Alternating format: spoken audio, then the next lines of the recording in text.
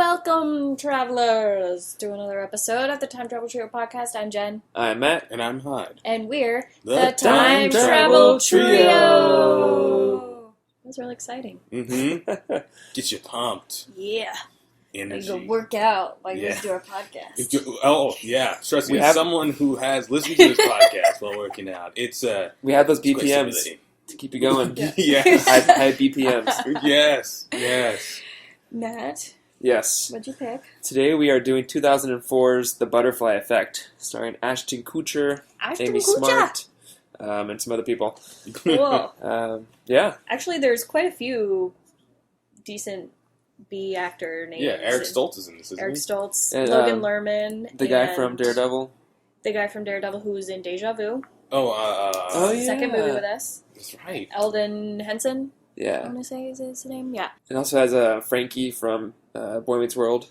Mm-hmm. Logan Lerman from, I guess I know him from 310 to Yuma, Fury. Percy Jackson. Is young Evan. Cameron Bright, who's been in some stuff. There's decent names in this movie, actually, which almost surprised me a little, to be honest.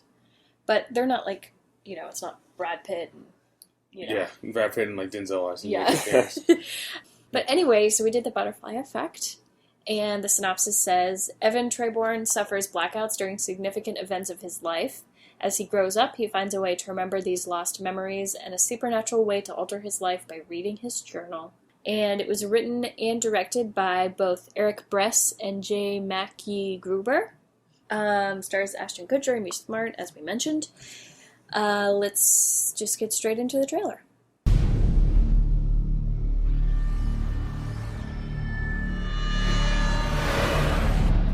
Remember when we were kids and I used to have those blackouts? Well, some of those memories have been coming back to me. There are moments in life we choose to remember. Do you think that we'll be together forever? And some memories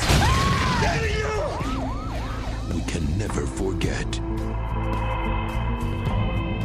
All I know is that by reading these journals, I might be able to get Kaylee back. I'd think twice about what you're doing. You could wake up a lot more messed up than you are now.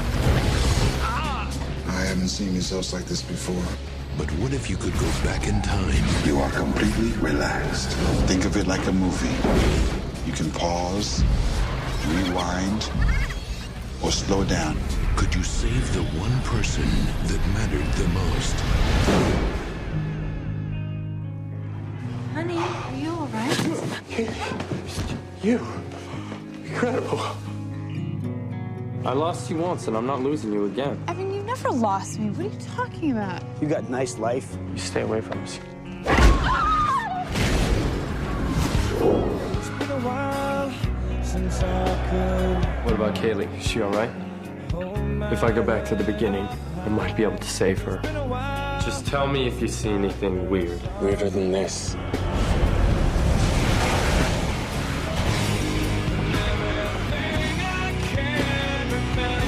Kaylee, that you were happy once. With me. Why don't you go back and save me? How are you doing this? You wouldn't believe me if I told you. You can't change who people are without destroying who they were. Every time I try to go back in time and help someone, everything just goes wrong. Oh my God, what did we do? You can't play God.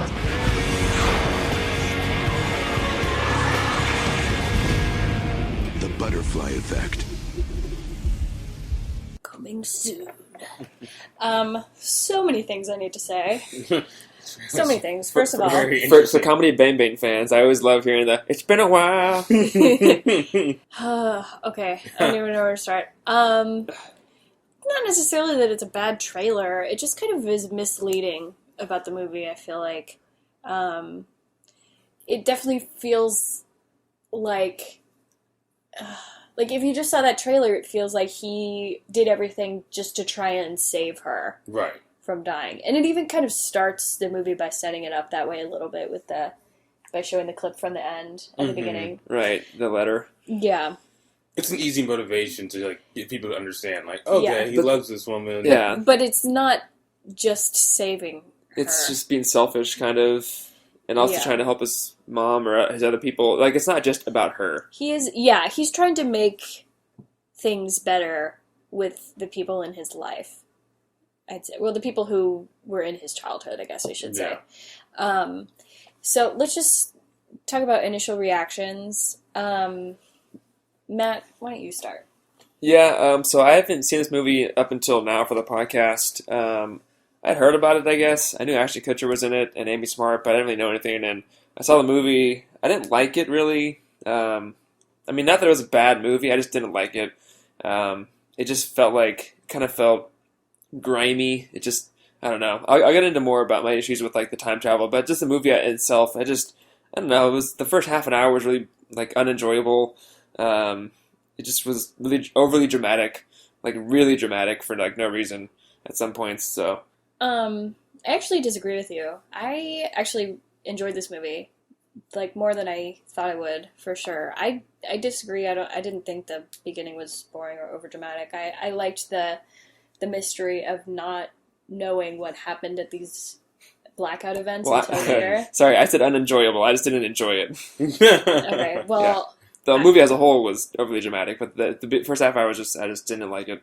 Okay, well... I liked it. I liked, I felt like I wanted to know what happened. So I was, in that sense, I was invested in trying to learn what actually happened and why was he blacking out at those certain times. So I liked him as a character. I felt he was relatable. Maybe it was just me, but, I liked it, actually. I thought she was kind of annoying when she was older. I liked her as younger. I didn't mind her. I thought she was... I agree. I actually thought that the young actress who played her played the intense drama, or really like how emotional and like kind of traumatized she was because we at first didn't see what happened. Right. And then we would kind of, a couple times we would see her and she was kind of just like on the verge of going crazy. Yeah. And I thought that young actress played it really well, actually. This is your first time watching it? Yeah, I liked the movie. Yeah, I've seen this movie like probably once or twice before. I definitely remember seeing it on like renting it from like Blockbuster or Hollywood Video, and it's probably been on TV, and I've watched it kind of like in the background, like as video wallpaper at some point since then. Yeah, this movie, I mean, I don't love it, I don't own it like in my video collection, so it's not like some movie that I'm like, I have like, yeah, like this is such a good movie.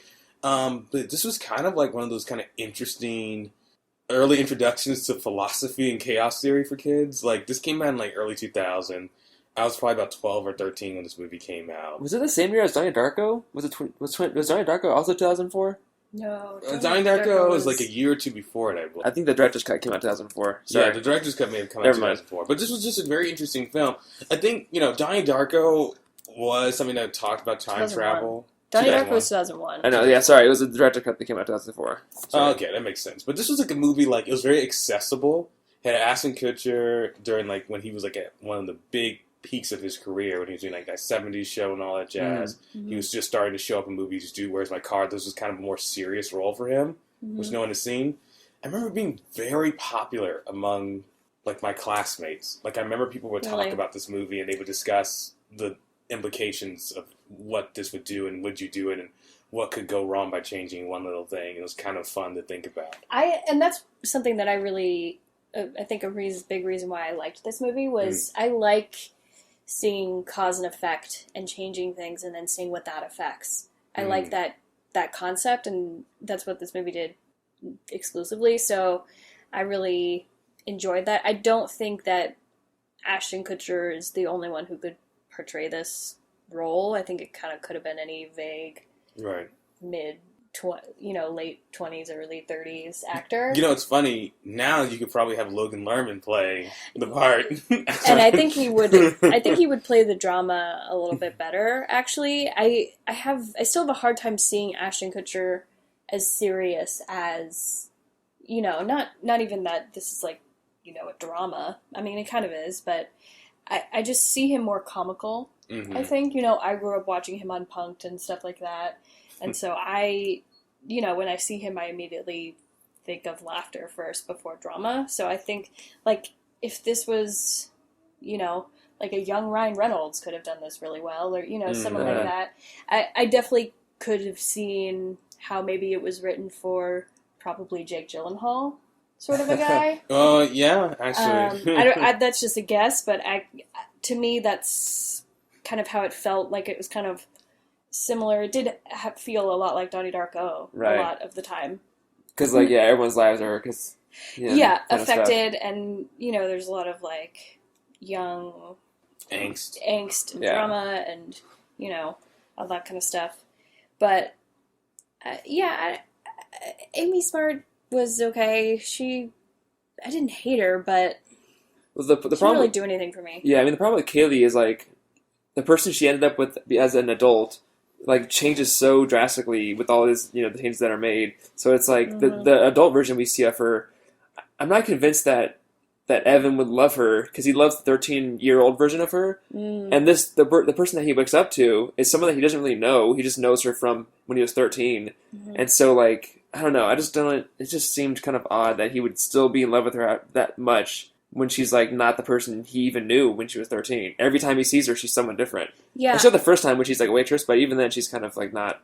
She's kind of just unassuming. Yeah, I agree with you actually, and she changes. You're right. She changes so drastically almost every single time that like the only time she seemed like maybe normal was when she was dating Foggy Nelson or whatever his name is in this movie. But you're right. He doesn't know her after, there isn't the only time when he didn't have like an 8-year gap or 7-year gap between being kids and being a college student was when she was in the sorority. Right. And even then he had no memories of her. He like woke up and was like, he had whoa! he had some the flashes. Some flashes of memories, That's but not you're right. And that seemed like the least maybe when she was like a sex drug addict or whatever, but but even then I think that seemed more like a reasonable path for her character than being a peppy sorority girl from anything we've seen. Well, I think it's hard because it never lets you grasp onto her personality.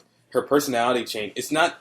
The problem is the writers mistook her personality changing for situations changing. She should be the same person, just in different scenarios. I did not mind when she became a drug 100%. Addict because it seemed actually that you could take that turn with her. It's a believable path that she might have had. Right, but it would have been so much more interesting that she's always kind of this person, and then when we get to the point where she is a drug out person, it's like now you're seeing like every flaw about her, everything that's like wrong with her, or everything that could have gone wrong, you see it in one person instead of this weird.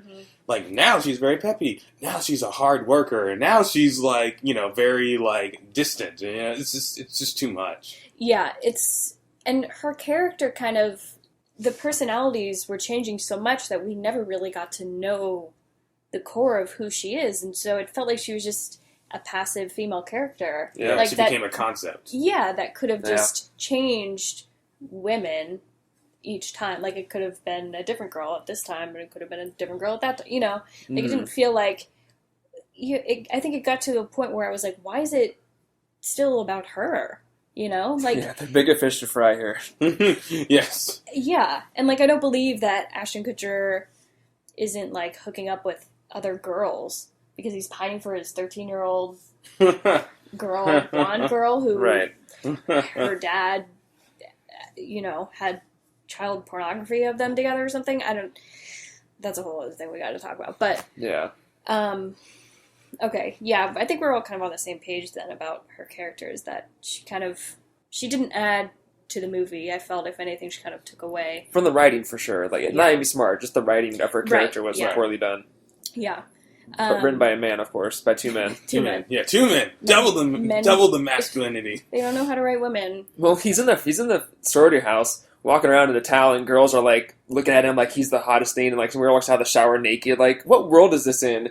Where our sorority girls just walk around naked with this guy that they, like, ooh, we love this guy. It's a male fantasy world. Yeah. I wrote that. I wrote that. Literally, I wrote, like, male fantasy. There's no way around that. Like, it felt like just different, I don't even know what I want to say. It felt like just a guy's different views on how to live your life. Wouldn't it be cool, bro, if you like lived in a sorority house and the girls Right, all like, what loved if you you- and you like walked in the bathroom and a girl came out naked, you know? What if you dated a sorority girl? What if you were good at psychology class? Like, what if you had a goth sex roommate? And, like, all these different things. Or what if you lost your arms? I don't know. It just was like, what if that happened? Okay, then how... It felt like they had the result first and then went back to the conclusion. Or to the cause. And it should have been written the other way around. Yeah, I'm with you. It's a very great concept. Mm-hmm. It's not always executed very well. It's almost... I think the movie does earn points. This is kind of what I was alluding to earlier. I think the movie earns points because it gets people to think about what, if they had changed one moment in their life, what ripple effect that would create. Yeah. Which, it's called Butterfly Effect, so obviously, Yeah. rightfully so. I agree. I really love, and this was something I said to Matt earlier today after we had watched it, was I love this concept. I love the idea of going back and being able to change something and then seeing the consequences. Like living in the consequences immediately. Yeah, I definitely do like that about it. I think the reason why I didn't like the first part was because her brother Tommy was just such a piece of shit. He made me hate it. I just I hate this little kid. I hate this kid. I hate this kid. Like, that made me hate the first 30 minutes, honestly. It was him. Yeah, there were definitely times where I felt like it was a little bit of a stretch how horrible he was written. Right. But, I could see, I guess, why they did it that way, because they needed a bad guy. Yeah. You always need a bad guy. Yeah.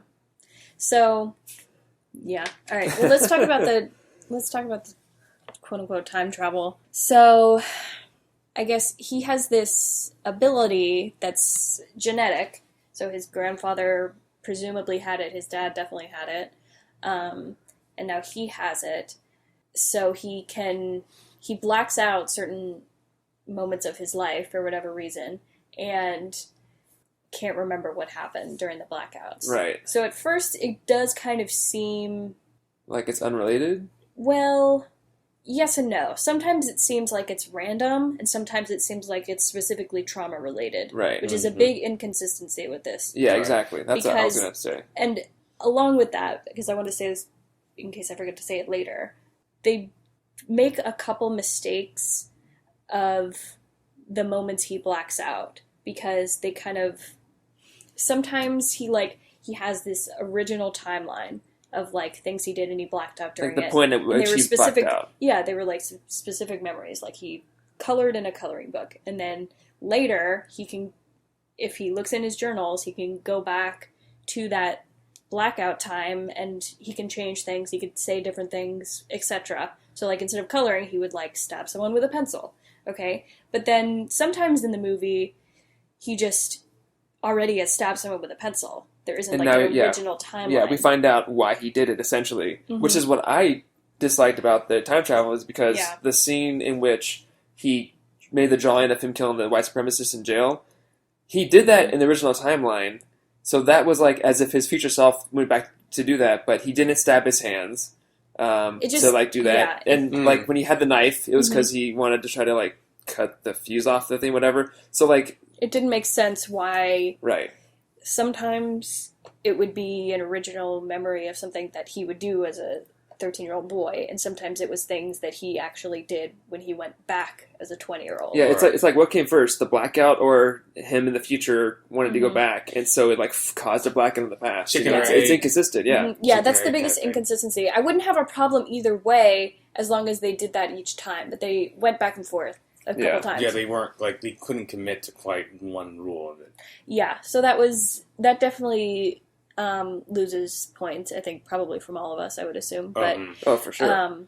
But I liked when there was, I guess if I had to pick one, I liked when there was an original memory of something that happened and then he went back and did it over again. Like the mailbox, or like her dad shooting the video them camera, with the video camera.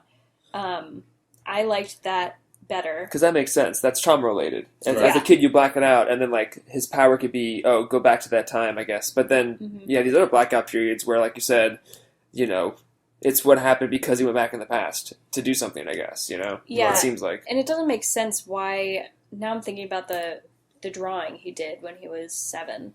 It's like, first of all, how would he wouldn't know to draw those? Right. It was him people. from the future doing it. But my problem with that, too, is that happened before he had the journals. Right. That's what I'm saying. Like, that happened, he did that when he was 7. Well, he started journaling at 7, but it was after the trauma, I think, with the video camera, I think. Because he wrote in the journal something about, like, going to go over to play with Kaylee or whatever. But that was, like, the drawings happened before he started. So, like... Well, what was the journal entry that he read to get there, then? I don't remember, but he wasn't journaling at that time. He might have... It wasn't... It might have been he was journaling later about that incident? Event. Okay. That was probably what it was.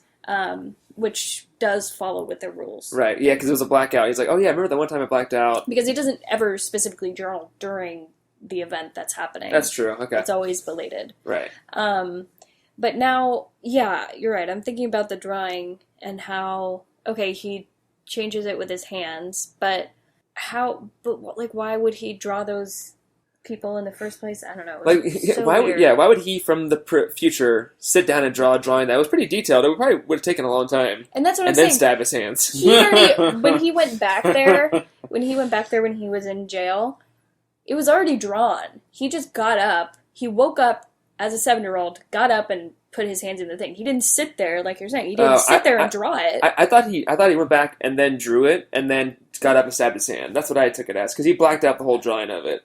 Okay, I guess. Yeah, I don't know. But then that's like why would he sit there and draw the whole thing while he's trying to do this thing in prison? Like, yeah, I don't know. It would take him like 45 minutes to do that drawing.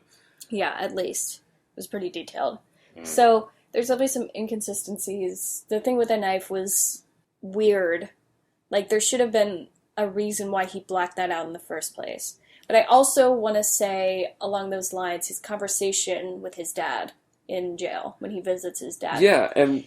Because what happened the first time? What did he say to his dad the first time to make his dad try and strangle him to death? I think that's one of the cases where they threw in a future time travel moment in the original timeline, because, like, what else could he have said? Like, we have that clip ready to go of the conversation that we find out after all this stuff happened, of what he actually said to him, but, like he obviously said this to him in the original timeline, but then, like, that's what's inconsistent about this whole time travel rules.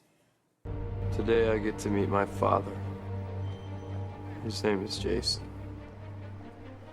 And he's crazy. I hope he lets me call him Dad. You okay? Because you look like you went somewhere else there for a second. Look, Jason, I need some fast answers from you if I'm ever gonna fix what I've done. I was praying this curse would have ended with me. Yeah, but it didn't. So now I need information to make things right again. And you're the only one that can give it to me. There is no right. You can't change who people are without destroying who they were. Who says you can't make things better? You can't play God, son. It must end with me. Just by being here, you may be killing your mother. That's bullshit, you know? I'll send you a postcard when I made everything perfect again. Okay, so... I mean, it's an inconsistency with the rules. Like, there's no way around it. Like, there's nothing else that could have happened in that scene. There's I don't understand. And, like, they play up the drama the first time we see that, when he like, blacks out, and then it flashes to he wakes up with his dad trying to strangle him. Right. And then ultimately getting killed, I think. He actually does die. Right. Because the guard hits him over the head, and then there's, like, blood. Yeah, he gets killed. Yeah. So... you're right. They're, like, what other conversation would they have had? Or, like, was his dad just crazy? Or, like, I guess you could say, like, his dad wanted to make sure it ended with him and that his son didn't have, I don't know. There's different ways you could kind of play that, but there isn't a logical answer for us to say, this is what happened the first time, and then he went back and had that conversation. There's no evidence from the filmmaker that they wanted it to be anything other than him from the future going back in time to do this conversation. And the first time we see it, we don't know why. And then, like, it's supposed to be like a mind fuck. And you're like, oh, I know why it happened. Not because this happened. But, like, no, but that raises all sorts of other questions. Like, which, by the way, it seemed like the guard didn't even like, notice the conversation they were having, which I thought was really weird. Yeah, and the guard just kind of looking to the side, but also the guard also just might be like, I don't know, this guy's crazy. But like, this is a 7-year-old boy saying like these crazy things, and like you would look over, like I would believe it more if he was just staring at them passively than like just looking away as if he couldn't hear them talking. Right, That's I'm just gonna look outside at the trees. Yeah. My Like, job, my one job is to just make sure no one does something crazy. I'm just gonna zone out right now when this crazy guy's in here with his kid. Yeah. The other thing I thought was inconsistent was he jumped back at one point before the blackout happened when he was trying to in the junkyard scene.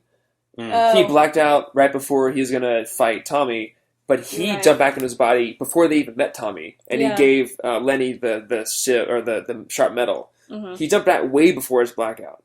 Like, that's weird. So then he just time travel. He just chose a point to time travel back to the past during. Yeah, which just so it's like, so is it not tied to blackouts? It is. That's probably just something they did for the sake of the story. Yeah. You know, but yeah, I didn't realize that one. Yeah, I didn't realize it either, actually. I didn't think about it. Yeah, I want to talk about Lenny, because... yeah, Lenny is Foggy Nelson, that character. From Daredevil. And Deja Vu. And Deja Vu, yeah. He's 2 for 2. Well, hopefully maybe he has a third. I don't know, we should look.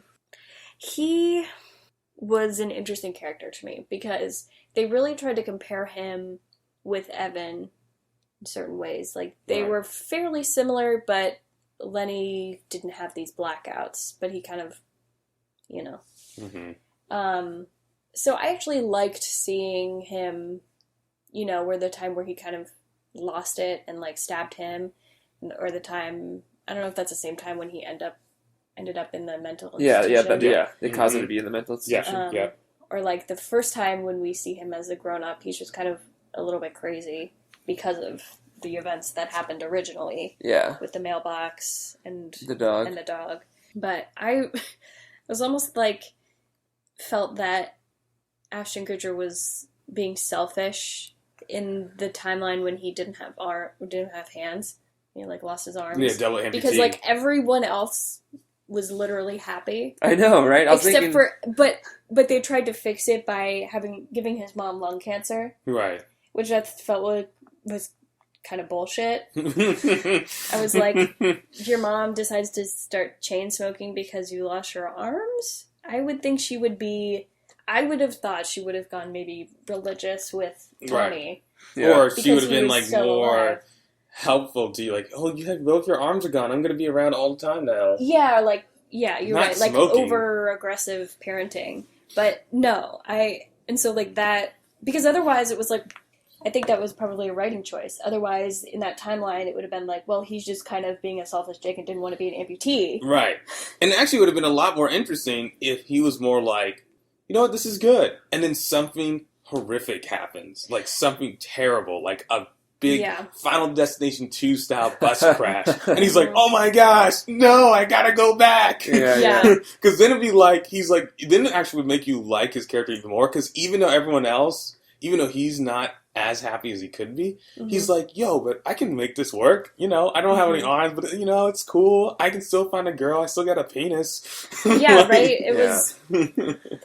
Yeah, it felt very selfish in that time. And so I felt bad for poor Lenny, who just, like, finally wins and then doesn't win. And I also don't believe in that timeline that because Tommy, like, almost, like, selfishly tried to save... The reason I tried to save the woman and her baby, and I say selfishly because... Evan's the one who's running up and he's like, lady, get back, watch out. Mm-hmm. And then Tommy sees him doing that and he's like, no, I want to be the hero. That's what I took that scene as. He's like, no, I got to be the hero, not you, Evan. And so that's why he went up and, like, tackled them. Yeah. Well, yeah, not because he wanted to save them, because he wanted to be the hero. Yeah. No, I didn't even think of that. So to me, that didn't mean that he found religion because he tackled a woman and her baby selfishly to be a hero. Yeah, good point. That's who his character was. His character wasn't someone who would put himself above others. Otherwise, why would he have done the stupid mailbox thing in the first place? You know? Good point. I know. Well, Evan says after he realizes what happened, he's like, "Wait, Tommy took credit for that? Oh, that sneak or whatever." Like he Evan realized. Yeah, that's right. He does. He realized it. But like, yeah, you're right. Like, how did that lead to Tommy being religious? Yeah. So maybe that would have been an interesting bad thing to happen. Is he's like putting on this fake religious persona, but actually he's like doing like shady a serial shit. killer. Yeah, not necessarily a serial killer, but like he's actually using that as a cover. So like he got smarter about being a bad guy. Right. That would have been cool. Instead of, he's just nice and wheels Evan to see his mom in the you know hospital. What? Now that I think about it, when I was rewatching it this weekend, when that scene happened, I just thought, I didn't think it was Tommy like trying to take credit. I think it was just more like Tommy was like, well, I guess take credit, but it wasn't as sinister as that as it was. I was like, it was supposed to be like Tommy's redeeming feature. No, well, like, I think when Evan ran out there, Tommy was like, "Oh, damn it, you son of a bitch!" I don't know. He was like frustrated that Evan ran out there, so like, he begrudgingly ran after him too, I guess. Well, that actually makes more sense because I was kind of thinking, they're trying to like show that like there is a timeline where Tommy can be okay, but like, yeah, that I get that, but Tommy has still been a dick up until that point, too. Yeah. It's like he's still the one who made Lenny put it in the mailbox. Like, he's not like this until, quote-unquote, after this event. And so he wouldn't have a Jesus calling. As a 13-year-old boy who acts like a shithead, no. I'm sorry, but no. Like, I don't believe that. Like, maybe if their Evan... dad was still an asshole. Or, like, if someone had actually died...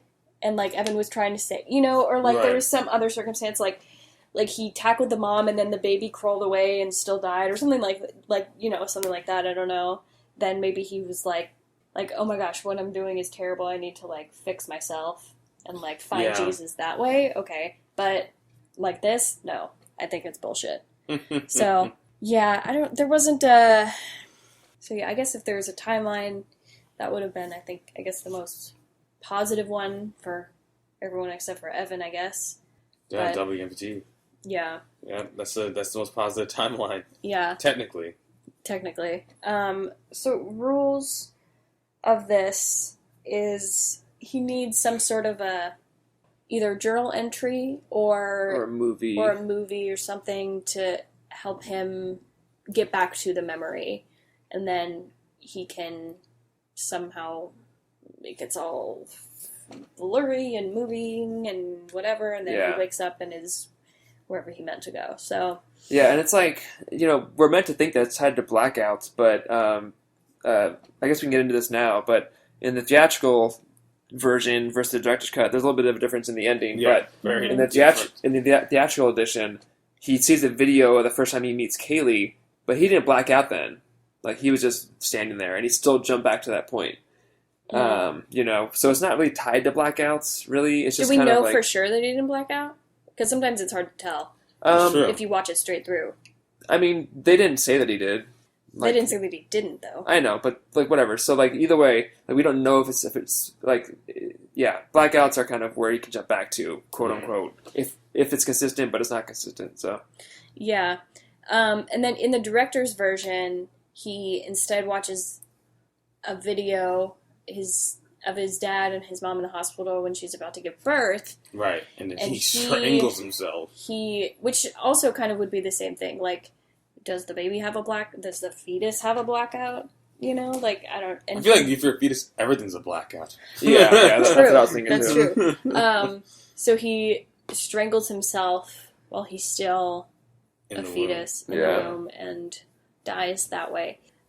Which is really intense. And already very intense But also, movie. Isn't it supposed to be his memories? So, like... I mean, I guess technically... Yeah, I mean... Because... Somehow his baby memory is there. I don't know. Because that's kind of ridiculous, that... Like, at least... Okay, I could believe that he could see the video of him meeting Kaylee as a young kid and remember that. Right. Because he was clearly there. He's a fetus in the womb. He doesn't remember... being in the hospital. Yeah. Unless he's just using every single inch of brain mass, Because he only uses 10% of the brain, and then he uses 100% of the brain. Like Lucy. Yeah, this ain't Lucy. Yeah. Thankfully. But yeah, so I mean, that's what I mean. It's like inconsistent, you know? It's like... Yeah. But...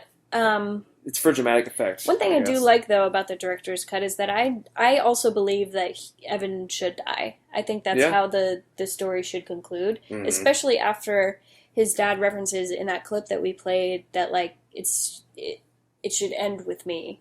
Like, me as in his dad. Right. Yeah. And so I felt like, okay, even though he wasn't directly responsible for all these bad things happening, a lot of times it was Tommy's fault, but or someone else's fault. He was there, and by him not being there, it creates the most positive consequences of him not being there and everyone else having kind of a better pathway. Yeah, I thought I saw in one of, like, at the end of the movie when they showed, like, the better timeline images. Was there an image of his mom and his dad holding the little girl baby? No, at first I thought that was his parents too, but I actually think that's the baby and the woman from the mailbox. Oh, okay. Alright. I think so. Because, like, I was going to say, like, his dad goes crazy regardless. Like, his dad goes crazy. Yeah, so, like, even if he's not born, yeah, his dad would still go crazy, I'd say. Well, yeah, I would assume. Yeah. Because his grandfather did as well. Yeah. So, no, I couldn't tell, actually, because she did look a lot like her mom. So it was either the woman and the baby with the husband from the mailbox, or her mom with some other guy. Yeah, well, either way, yeah, because I was going to say, like, I guess that implies that it's hereditary in the male gene, I guess, if that's, like, the happy kind version. of like About Time. Yeah. Yeah. A very dark version of About Time. Yeah. Which is also another similar to this movie, selfish use of time travel. Mm-hmm. Yes. It's very selfish use of time travel. Though Butterfly Effect is a little bit more noble than About Time. That's true. That is true. Yeah. And It's a little bit more. Let's give. He does actually Evan try to help credit. other. He does try and help Yes, other people. that's You're true. right. He's definitely not as selfish. He's not as selfish. And he actually tells the girl about his power. Right. Really He's not like. Yeah, I mean, he's not. Evan's well-intentioned, which I think makes him a complete a-hole. We've dealt with a lot of a-hole time travelers. Yeah. Evan's not a complete a-hole. He's just. No.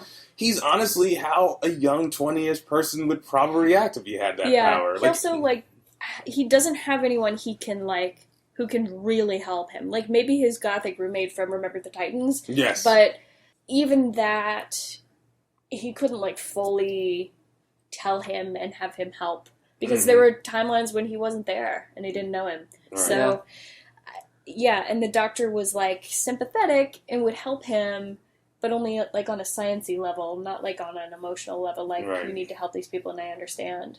So, yeah, you're right. He's not as selfish, but he does do the best he can on his own. Right. Mm-hmm. Mm-hmm. Which makes him, you're right, a little bit more redeemable than most of the other characters we've seen. So, consequences, he does get... So when he changes something and then he goes back to his present day, he gets new memories, and they come back in his brain, but they're kind of all come at once, and so he gets, like, this crazy... Like headache when he wakes up, and kind of has a seizure sometimes. Yeah, it causes brain damage. Which I actually really... Yeah, it causes brain damage, but I actually really, really liked that aspect of it. Yeah. I liked that there was a negative consequence to him doing this, so, like, he can't just, as his dad said, you can't just play God.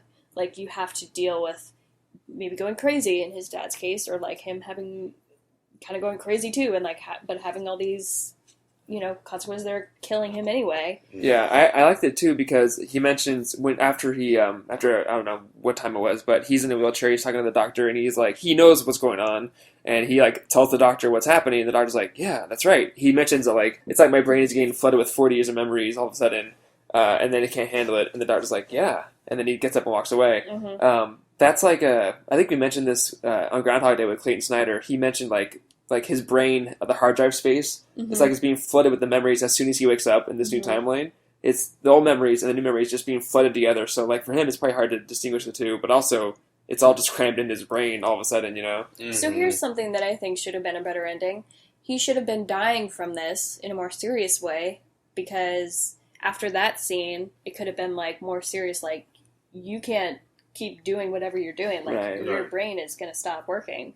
And so, at the end of the movie, he, like, tries one last time to, you know, go back and fix things and whatever, and then ends up dying as an older adult that like fixed things because like his brain his brain like kind of just has like an aneurysm like he could wake up and when he's 20 like in a hospital bed like kind of half conscious and see the people around him and be like, oh, my mom's alive. But you know they probably Amy Smart's there.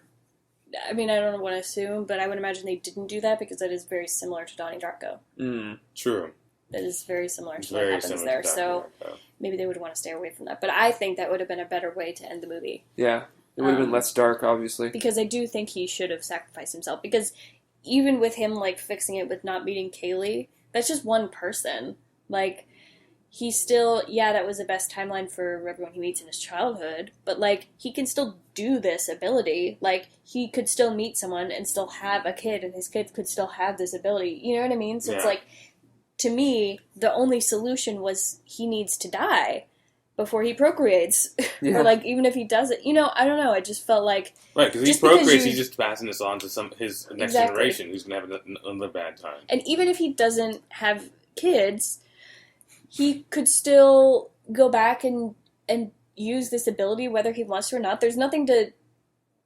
You know, when we see him when he's 20, he's like, oh, I haven't had a blackout in 7 years or whatever.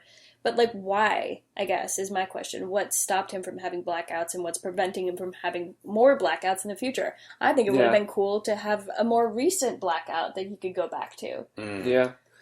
Instead of just childhood. You know, or make that a rule that it only happens, you know, at a certain age. Like, maybe that's something that when his brain is developing or something. Yeah.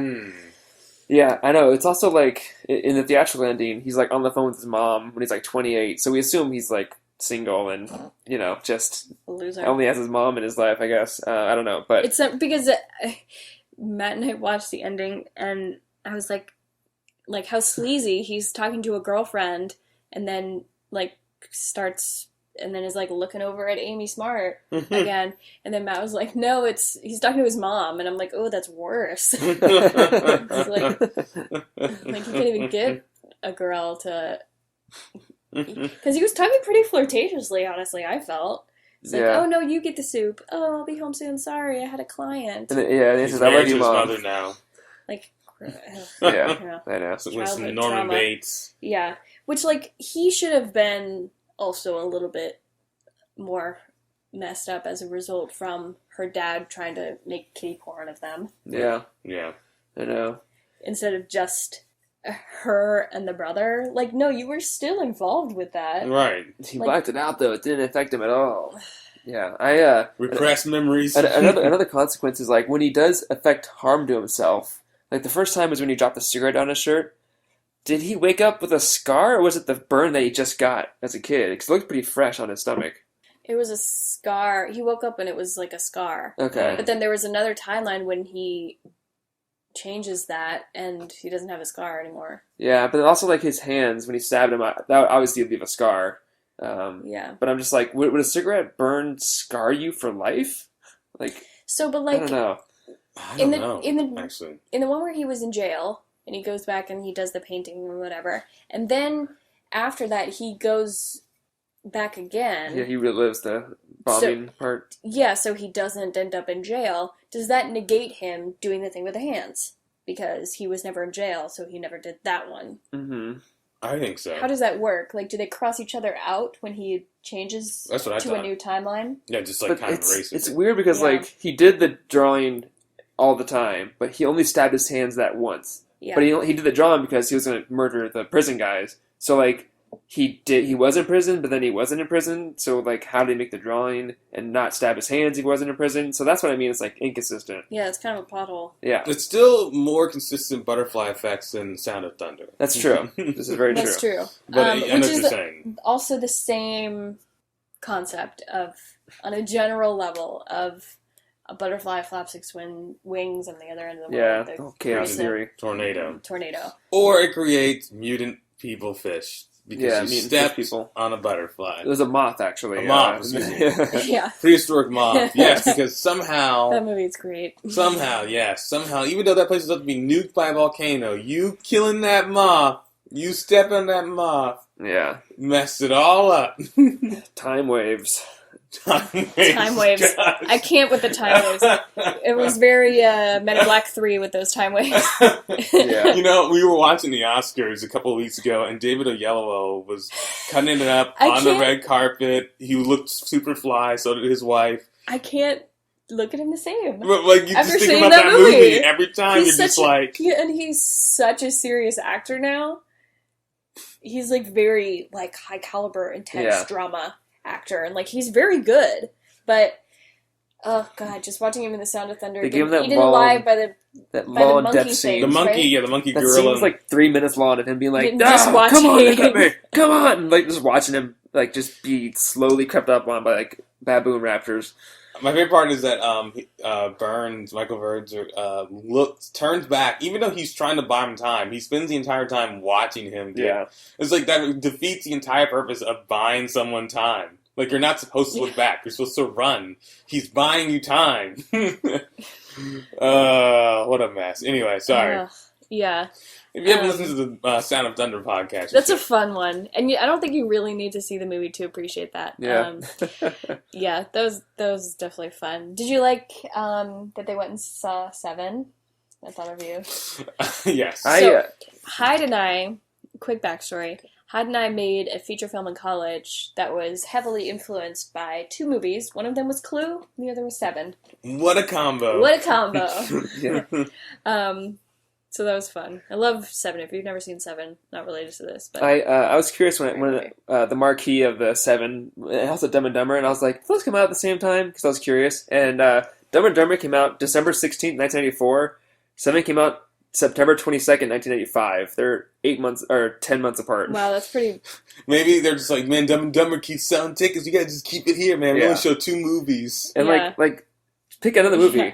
Like, obviously, kids, they bought tickets for Dumb and Dumber and snuck into Seven, but, like, just pick any movie that came out. Apparently, it should have been 1995, so it should have been Seven in a different movie, not Seven in... Couldn't they done, like... Didn't Forrest Gump come out in 95? Yeah. Shawshank?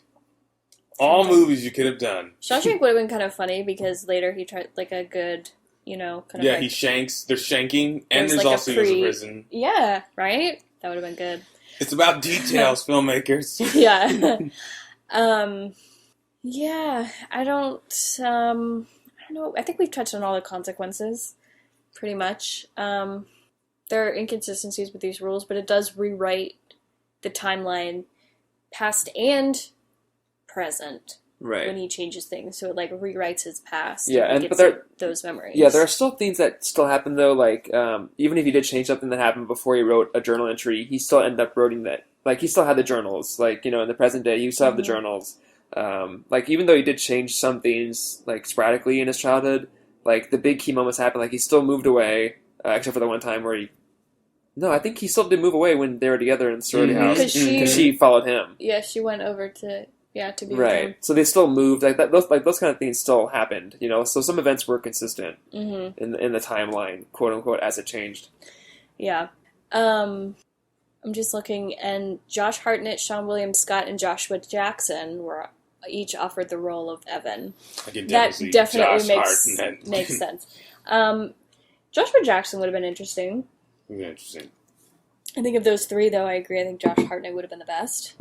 I would have liked to have seen him in this role, actually. Sean William Scott. He would have been too goofy. That would have been so interesting. He has Goon. Mm-hmm. He doesn't really have any, like, serious movies to his credits. Yeah. Anyway, so, any scientific accuracy of this? Not at all. There's no genetic disease that creates you to black out and then relive your memories and change them? No, obviously not. And the way that they show the timelines is inconsistent, so it's kind of just scientifically, they have, like, psychological stuff in the movie and neuroscience, but I don't know. Yeah. That's I guess it is the end idea of it. of infinite timelines almost, because you make a choice and it creates a new timeline. I know, yeah, but that's that's the most we can get. Yeah, pretty much. Is it relevant to the story? Yes, yeah. It is. Yeah, it's the whole story. It is the whole story, and they do use it throughout. It's not just scattered here and there. It is like he does it, and then as soon as he realizes things are wrong, he changes something else, or he tries to get out of a situation that he's currently in from the last change he made. And it really just continues to kind of get worse, I'd say. Mm-hmm. So, but like, also, really, he could have fought for the self-defense when he went to prison. Yeah, Right. he really could have. And his mom kind of says that, like, you need to work on your, work on the case. whatever. But Yeah. yeah, it was self-defense, and so I think it should have been okay. But Yeah, I mean, the case would have relied on Kaylee's testimony, which she probably wouldn't have. She probably would have explained, like, and then he kept hitting him and kept hitting him. So, like, I probably would have broken down his defense. But yeah, I definitely know what you mean. yeah. Closing sets. There wasn't really anything that stood out to me. It felt grimy. Yeah. Everything feels like it's a sticky floor. Yeah. Yeah, that's a good way to put it. And it wasn't just because it was, like, his grunge roommate. Like, just the whole world kind of felt grimy. Yeah. No, his roommate was funny. I liked Yeah. him. It was cool. I wish he was kind of there a little bit more Mm-hmm. relevant to the story. Would you want to experience this time travel? Not at all. No. I don't want to be in this world. I don't want to have any... All the things he blacked out from were awful memories. Right. So, like, he has to relive them, and that's just, no thanks. No thanks. Yeah. As James Van Beek once said, I don't want your life. Funny. Cool. Okay, so any other notes about the film? Just reading through mine. I saw when we were on IMDb. Apparently, Eric Stoltz wears a wig, but the wig was made from Eric Stoltz's real hair. That's really gross. Okay. It's gross and weird. Who is Eric Stoltz? He was the pedophile father. Mm-hmm. Oh. Yeah, that's really weird. Yeah, that was... What a weird Why? detail. Like the weird, creepy ponytail wig? I guess so. How would you have enough hair to... They clipped off the hair and then made it into a ponytail. But Why he wouldn't just grow a ponytail? It'd be even weird if you had that wig laying around. It's like, oh yeah, I had the perfect theme for this movie. I'll bring my ponytail wig that I made from my own hair. Yeah. I did... one thing I wanted to mention was one of the timelines towards the end of the movie is the doctor saying that he's just been crazy, quote-unquote, the whole time, and, like, none of that is real. There was no college. There was no... whatever. No journals. There's no journals. He was always crazy. I would have liked if that had kind of been around a little bit more, so it would have almost made us question a little bit. The question is the rug going to get pulled underneath you at the end of and that this? would have been cool. Yeah, but now it's like he's just been crazy, and the thing just talking about because it was too short. A weird memory that he's. Yeah, it was too short that they had that idea. They should have made it a little bit more believable, like 12 Monkeys. Like, you don't know if he's really crazy or not. Exactly. And I liked that, and I thought it would have been. I wanted to see more of it, and then all of a sudden he was doing it again. So I was like, oh well, that kind of sucks. Right. Doesn't really. But when he was in the mental institution, he was definitely running like a crazy person. I don't know if you guys noticed. He No, ran like a monkey, like trying to like grab onto something. It was really hilarious. I think those are all my notes, though. Do you guys have anything else? Yeah, I mean, like one little thing that I noticed was when he blew up Kaylee in the basement, the fuse wasn't anywhere near being done when she picked it up. Like when she picked it up, the fuse still had like 4 inches left to go. And when it was originally lit in the mailbox, it specifically didn't go off for a while. They waited for a bit and like, why didn't it go off yet? And she picked it up and it blew up immediately. Like. The fuse, like, in the image of her holding it, still had, like, 3 inches left to go. Like, it wouldn't just blow up in her hand. Yeah. Or at least, like, show, like, him struggling with the father a little bit more. Right, yeah. A little bit longer. Right. Yeah. It was like, kick over, pick it up, blow up. I'm like, come on. Dramatic timing. This is something... This is a movie, and I usually don't advocate for this, but this is a movie, in, like, another maybe 5 to 10 years, I'd like to see them remake. Mm-hmm. Completely new cast. Keep a same concept that this guy can use his mind to go back, but it causes like one small thing causes a bunch of many things. Because I feel like they really retooled this. Mm-hmm. It could be an awesome like movie. I agree. And if you're gonna do it, ask us because we'll help you make it. Yeah, and we'll help you make it well. Hire us. Yes. Time Travel Trio. Yeah, we can definitely be consultants for any time related movie. Time travel consultants. Yeah, for sure. Okay, so let's do ratings, final reviews. I want to start. Sure. Go for it. I'm going to give this movie a 6.5. Because I did enjoy it. I love the concept a lot. And I agree, I think it should be redone, and I think it's really a great idea. And I love seeing the cause and effect, as I've mentioned. There was definitely quite a few plot holes and inconsistencies with the time travel of how it works and, what he blacks out from and, that we kind of discussed. So, yeah, 6.5 for me. Yeah, as a movie, I do think it's not a, poorly made movie. I don't think the acting's terrible. I think it's, I don't think it's I don't think it's a shit movie. I just didn't really enjoy it. I don't know. I didn't really like it, not for any particular reason other than the ones you kind of brought up in this movie or in the podcast. So I'll probably give it a 3. I mean, it wasn't a terrible movie, but I just didn't really like it that much. For a movie, I think I'm going to give it a 5.5 out of 10. I liked it more than I disliked it at the end of the day. There's a lot of issues I have with it. Watching it again this weekend with a more critical eye definitely affected, and even just hearing some of you guys break down some of the problems with the film has made me. I probably came in here thinking I was going to give it a 6, and this just hearing a few things maybe 5.5 is more accurate. Mm-hmm. But I like it. It's a well made enough film, and it kind of is what it is. So 5.5. Yeah. Okay, so time travel. Ooh, I'm gonna give the time travel a 2 out of 10 because. Again, I like the idea. I don't have an issue with the fact that it's a genetic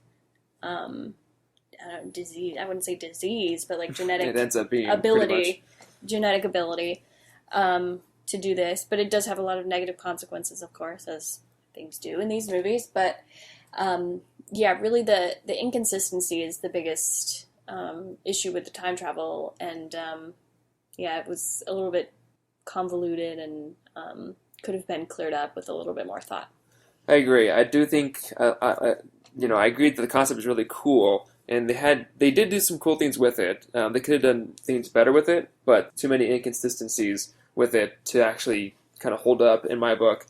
So I agree with your 2 out of 10. Yeah, I'm going to stick with you guys. 2 out of 10. It's for all the reasons you said. I just echo those, and then I'd also add it. It misses a few opportunities. Mm-hmm. With more rigid rules to have higher stakes and to have more expected consequences. Yeah, I agree. Sometimes it just feels like they're kind of throwing everything into the air and then saying, okay, and now he has no arms and now right. And now she's a drug addict and it's just what if all these sorority girls threw themselves nakedly at him? Right. What a life. It's just a little too much. There's not enough consistency in terms of it. More consistency than The Sound of Thunder, mm-hmm. but that's a low bar. So, but 2 out of 10. It's more believable than The Sound of Thunder. That's for sure. That is definitely true. They're just saying something. So for our next episode, drumroll, you gotta do it. We're doing TV! Television! Video kill the radio star. Yes, we've teased it, and it's coming. It's finally coming. Coming all over. Gross. Well, you tease, and then you come. True, there you go. So I chose Doctor Who. So... the seminal time travel TV show. If you listen to our podcast and you've never heard of Doctor Who, even if you haven't watched it, it's okay. But if you've never heard of it, lame. Google time travel. You're missing out. I have someone who I've known Doctor Who. I've seen a few episodes scattered here and there, mm-hmm. but I didn't really watch the show. So I'm very excited to start doing some Doctor Who episodes. Yeah, me too. So I'm, we kind of have also decided we want to start as we're starting to scatter TV shows throughout. We're kind of starting with shows that at least one of us is pretty strongly familiar with. Mm. I'm a big Doctor Who fan. I've seen all of the quote-unquote new series since Series 1. I'm not one of those assholes who's like, no, you skip 9 and start with David Tennant. No, that's bullshit. Don't skip 9. That's great. So, yeah, I've only seen sporadic episodes, but I have not seen the whole show. I've seen a few sitting down and watching all of them. Jen's had it on in the background, and I've seen a few more just kind of passively, but I've definitely never seen the whole show. Yeah, and you said you've seen maybe like 2 here episodes. And there, yeah. So we're actually going to cover 2 different episodes. One is far and away the most popular episode that most people, if they've never seen the show, have just seen this episode, which I still think is kind of, it's such a random episode, but I mean, it's a great episode. But the first one we're gonna cover is called Blink, and you've probably heard of it, honestly. Most people I've talked to who are like, oh, I don't watch Doctor Who, but yeah, I've seen that one episode. So yeah, it has the angel statues. It's from it's season 3, episode 10. This is a David Tennant and Martha episode, but don't worry, Martha's not in it that much. But this is the synopsis for this episode. Sally Sparrow receives a cryptic message from the Doctor about a mysterious new enemy species that is after the TARDIS. So this is the introduction we see of the Weeping Angels, which is a great standalone episode, which I think is probably why most people have seen it, actually, because you can kind of see this episode and not really need to understand a lot about Doctor Who, which is also why we're doing 2 episodes, because we need one that's more of like a, this is what Doctor Who is, because that one's very much a standalone, almost like a mini movie. The second episode, I decided, has been a hard decision for a few weeks for me to pick another episode, but we're going to do Journey to the Center of the TARDIS. It's season 7, episode 11, and this is a Matt Smith, Clara episode, where Clara and the Doctor are, I'm not going to read the whole synopsis, but basically they're kind of trapped in the TARDIS the whole episode, and there's a lot of interesting time situations, I guess, that occur in this episode, so it's pretty cool. There's, time holes and loops and that kind of stuff, so those are the 2 we'll be watching. So if you want to revisit those, but we're also going to talk about the series as a whole and how it uses time travel. So it might be a longer episode because it's Doctor Who and there's a lot to cover, but also, it's kind of basic. So yeah, I mean, like with a show like this, they do so much of time travel that it's kind of hard to cover the basic rules, because I'm sure they do a lot of different things with it. Some other shows will be easier to talk about the basic rules, like The Flash will be pretty, I don't know, maybe that not even. But like Lost will be pretty. It'll be pretty contained with like an episode to illustrate it. But the rules are pretty solid, I guess. Yeah, and the cool thing too with TV is like we're starting it with really just one episode to cover a whole series, but that doesn't mean that we also won't revisit it later, later down the road. But for now, yes, Doctor Who. So get excited. There's other podcasts that are like literally just Doctor Who podcasts. So there's also Doctor Who movies, but that's what I saw. Like the one of these on David Tennant's on Mars. That's the one. That's a good one. Yeah. So yeah. Anyway, I've talked enough about this. So that's what we'll be doing next time. I'm really excited to get into that. So social media, we are at Time Travel Trio on Twitter and Instagram, and we are the Time Travel Trio podcast on Facebook. So please follow us on all those and send us any comments or suggestions, TV shows, movies, or anything you want to tell us. We'll listen, maybe respond. So we're also on iTunes, SoundCloud, and Stitcher, so please rate, subscribe, and follow us on all those if you wish. And personal, I am at Jen Marlis on Twitter and Instagram. I'm at Foreman in Space. And I'm at Robinson is Hyde. And with that, we are out of time.